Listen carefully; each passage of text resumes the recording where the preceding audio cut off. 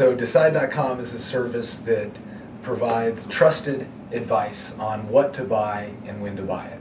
So we have a team of data scientists that use big data and predictive technology to recommend when's the best time to buy a product and what are the best products to buy.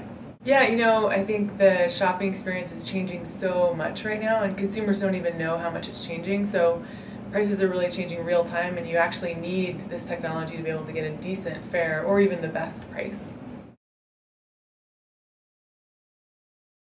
So from a product standpoint, we've been scaling our products significantly. So it was just a year or so ago, we just had 3 categories: TVs, cameras, and laptops.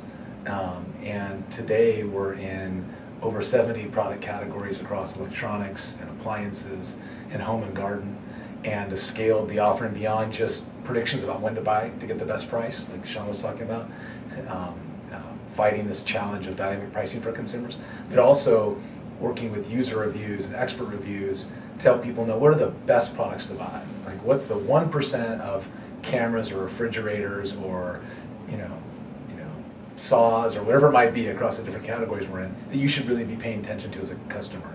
So the product's really scaled, and we've grown our audience as well in terms of email subscribers, and a lot of our email subscribers over time convert into paying members of the service. So that's been growing, and we're really happy with that. I'd say that one of the things that's really grown is consumers' awareness of the problem of dynamic pricing. There are more and more service providers helping retailers change their price real time. And that's why you have this whole dynamic of where prices change as often on products as they do in the stock market. And so, I think for us, just now is that really hitting its height in terms of awareness, and consumers are looking for someone they can trust to help them combat that and make smarter decisions when they're shopping. So I'd say it would have been nicer to have had that wind of momentum around the problem earlier in our cycle.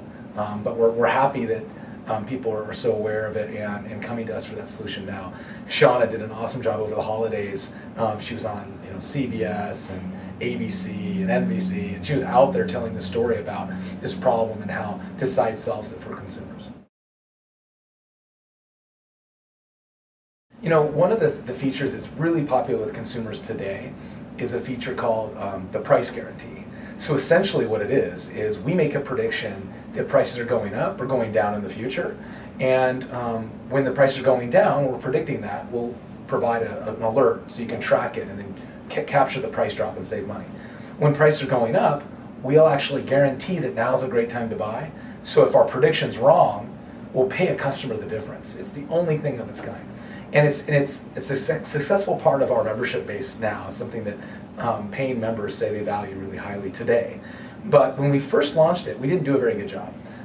What we did was we made it available only on a very small subset of products, and they were highly considered products. So they're not the kind of products you buy spontaneously, maybe like an accessory, a computer accessory, tablet, phone accessory. It was high-end computers or TVs or refrigerators, and so people really weren't using the service as much because it was available on a very limited basis. So we weren't able to learn as quickly. So I'd say that the release of that MVP was unsuccessful, and we should have prototyped it on a larger set of products earlier.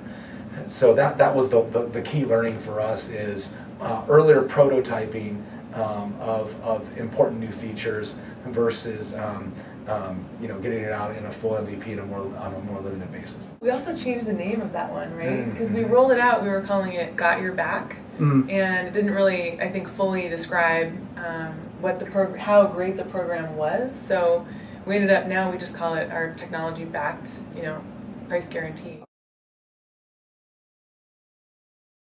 So I have a couple young kids, and so Zulily is a great startup locally, totally relevant, 7-year-old, 5-year-old, know the people involved with the company, have a tremendous amount of respect for them. So there's a lot of companies I respect in town. I think are doing great work. That's one that comes to mind right away. Yeah, so my favorite startup would probably be, I have so many, yeah. probably be One Day's Wages. It's a nonprofit, and okay. Basically the idea is you give 1 day's wages to help somebody in another country. You know, to simplify it, I'd say the journey. I think, you know, a lot of times I think people are attracted to the flashy aspects of entrepreneurship, but anyone who's lived it, it's a grind. There's good days, there's bad days.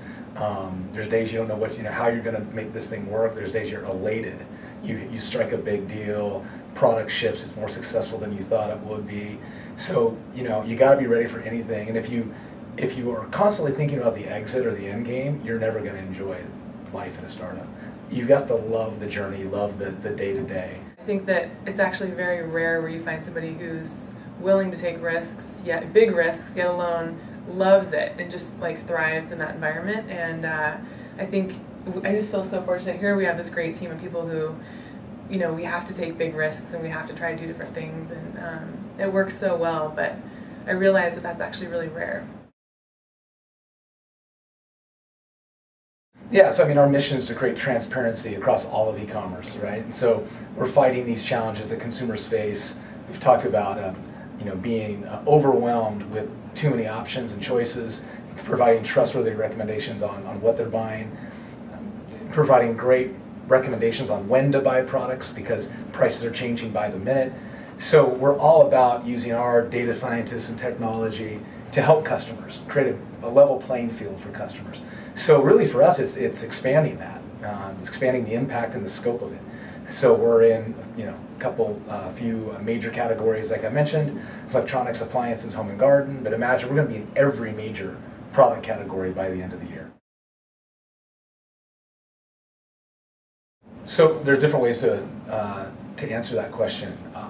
How I personally think of success at Decide is a success story that we can share across our team, our customers, our investors. That's how I think it's a success story where we've had impact and we fulfilled our mission. When I think about it broadly, even for me, when I'm shopping for something that we don't carry yet at Decide, I'm thinking, I need Decide to be able to make a decision on this. Yeah, that's cool. I need to know what product I should buy and then what price I should buy it at. So, to me, success looks like that consumers don't shop unless they're before checking Decide, because they really need that information to be able to get a decent price, let alone the best price, again, and to find the best products. That's a tough one. I'm not going to lie. Yeah. I'm a diehard local sports fan. There you go. You want them in rank order, or what are you looking for? Sure, whatever works for you. Want to do, yeah. Wow. See, now you need to build a whole other site to decide this. Right? That's a tough one. So I'm season ticket holder. I love the football games. I'd probably have to go Huskies, Seahawks, Mariners, Sounders. We just actually asked our employees how they would describe our culture, and the one thing that came up from, I believe, almost every single team member was transparency. So we're really open with the team on really a lot of details that at a big company you really don't get that kind of view, and Mike just does such a great job with that. And I think it leads to this culture of really empowerment for the team to manage their own projects, and so everyone feels like they're an entrepreneur within the company on what they're working on. I was going to take Decide on a date. We'd start by walking over to Sculpture Park together, holding hands, and we'd get to Sculpture Park and we'd get out to Spike Ball and play a few games of Spike Ball, and from there grab a quick bite, probably head bowling at the garage. So if Decide were an animal, our mascot is the Yeti, but if I were to say a different animal, I would probably say the honey badger, because it just does whatever it wants, and it sniffs out what it needs to sniff out. It does whatever it needs to do. It doesn't ask for permission, so that's probably what I would say.